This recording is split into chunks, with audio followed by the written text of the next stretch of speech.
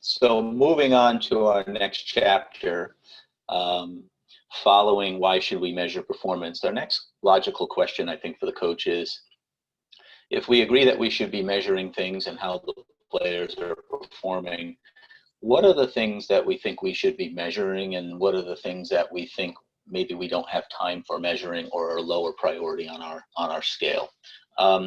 So the second question, what aspects of the performance should we be measuring, is a critically important question for the coach, because whether you have a full staff of coaches at a practice, which probably in beach volleyball isn't more than 2 or 3, and those are probably the most luxury situations for the coaches among us, or you're alone, you can only do so much and you can only measure so many things, because what you don't want to do is take in so much information that it can't be managed, or take in so much information that we can't learn from it, or take in so much information that our attention is drawn to data collection and not where it probably should primarily be, which is on our players' performance and providing them effective feedback.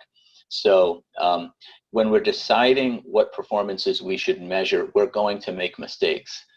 In my experience, and with the many great people I've worked with, we bit off more than we can chew, should we say, at the beginning. Is we started to measure everything, and we were spending a lot of time measuring everything. And what we started to learn is we learned some of these things matter a lot more than others. And so that's a process that all of us coaches have to go through, because it's the priorities or the things that matter to winning with our teams may not be the things that matter most to your teams.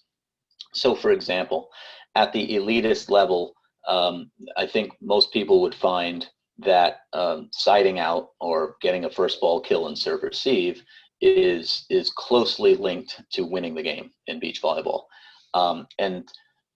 But at younger kid levels, at the developmental level, say youth age or junior age, when kids are learning, what we find out is whoever can serve the ball over the net and in the court closely ties with winning more than anything else, because there just aren't a lot of side outs. And so the point is, I'll express to you what our findings were in terms of the most important things to measure, but those may not be what your experience is. And so my suggestion is just in the formula and not so much in the answer. So we'll find out what are the things that matter in a game most. What are the things that close correlate to winning? And in order to figure those out, you really need to know your team. You need to know who your opponents are. You need to know your league or your conference. You need to know what your schedule is, because those are the things that are really, really important in terms of going to drive the decision, or drive rather your winning or losing. Is you need to know the strength of your opponent. And you also need to know your goals. Are your goals, I'm going to choose the things that matter most, that are most closely tied to winning? Or are we going to put the result aside and say, I'm choosing the things that develop my team the best? So for us, it was a combination. Often it was, we first tried to determine what are the events in the game or the skills that are most closely associated with winning. And so not surprisingly, we found out that first ball kill was really high on that list. We found a high correlation between teams that won and the percentage of first ball kills that they got in serve receive or earned in serve receive. Next, we found out that the quality of service reception was also very, very high on the list.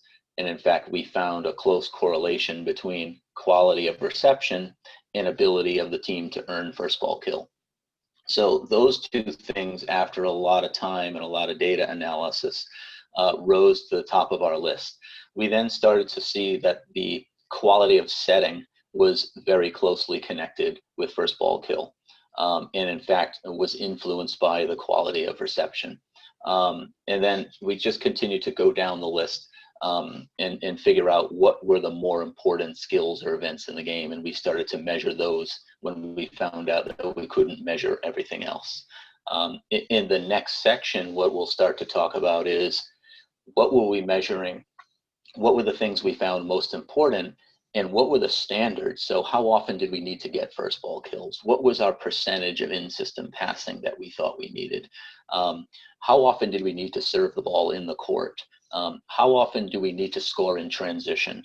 So in our next section, when we move on after the break, we'll talk a little bit about not just what are the things that we chose to measure because they correlated closely with winning, but what was the standard that we found was an appropriate measure of performance so that we could judge whether a player was performing that skill optimally or sufficiently or suboptimally and needed more time to train.